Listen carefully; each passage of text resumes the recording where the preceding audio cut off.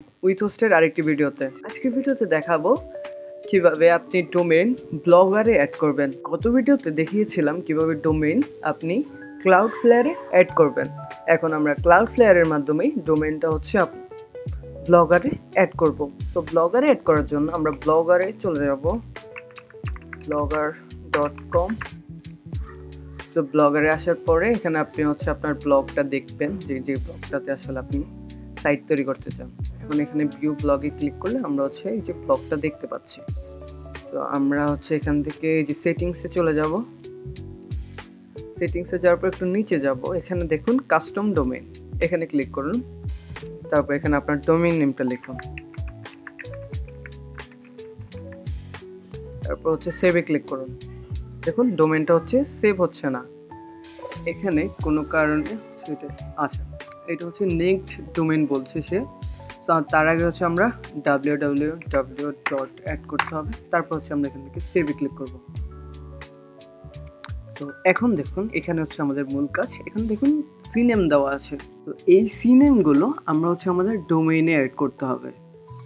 এটা করার জন্য আমরা যেহেতু ক্লাউডফ্লেয়ার ব্যবহার করছি, তো আমরা ক্লাউডফ্লেয়ারে চলে যাব বেসিক্যালি।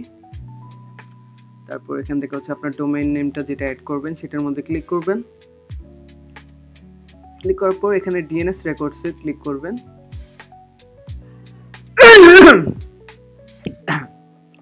সো এখানে দেখুন একদম খালি, কোনো ডিএনএস রেকর্ড নেই।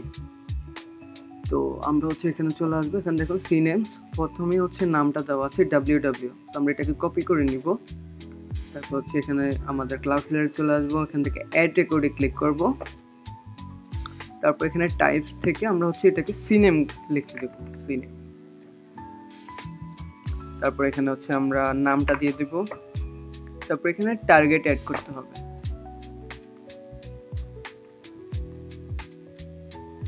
তো এই যে টার্গেটটাও এখানে দেওয়া আছে, সো আমরা এটাকে কপি করে নিব।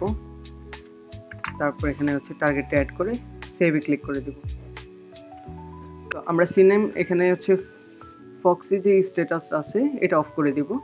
অফ করার পর সেভে ক্লিক করব। আচ্ছা, তারপর হচ্ছে আমরা অ্যাড রেকর্ডে আবার ক্লিক করব। তারপর এখানে দেখুন আবার হচ্ছে নেমটা দেওয়া আছে, সো আমরা এখান থেকে আবার ওই নেমটা কপি করব, সেকেন্ড নেমটা যে দেওয়া আছে। তো এটা কপি করার পর আমরা এখান থেকে আবারও টাইপ সিলেক্ট করে এখান থেকে সিনেম করে দিব। তারপর হচ্ছে নামটা দিয়ে দিব এবং এখানে টার্গেট দিয়ে দেব। সো এই হচ্ছে ডেস্টিনেশন, এটাকে আমরা কপি করে নিব, এখানে অ্যাড করে দিব। এটারও প্রক্সি স্ট্যাটাস আমাদেরকে অফ রাখতে হবে। তারপর এখানে সবকিছু অ্যাড করা শেষ, এখন আমরা সেভে ক্লিক করব।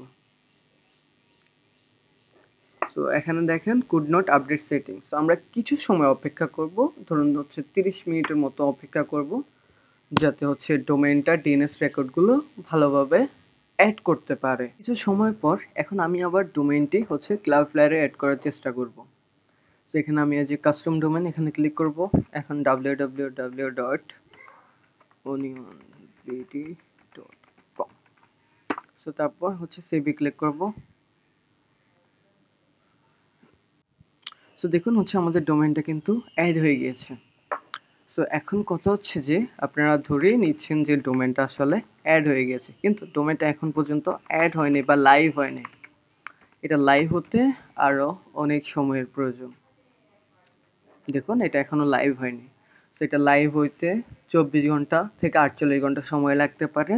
সো সেই সময়টা আমরা অপেক্ষা করব এবং আমরা হচ্ছে আমাদের যে ইউআরএল এর www দিয়েছি, সো এইটা সহকারে ভিজিট করতে হবে আমাদের ব্লগার ওয়েবসাইটে। তো আজকের ভিডিও এই পর্যন্তই, ধন্যবাদ সবাইকে।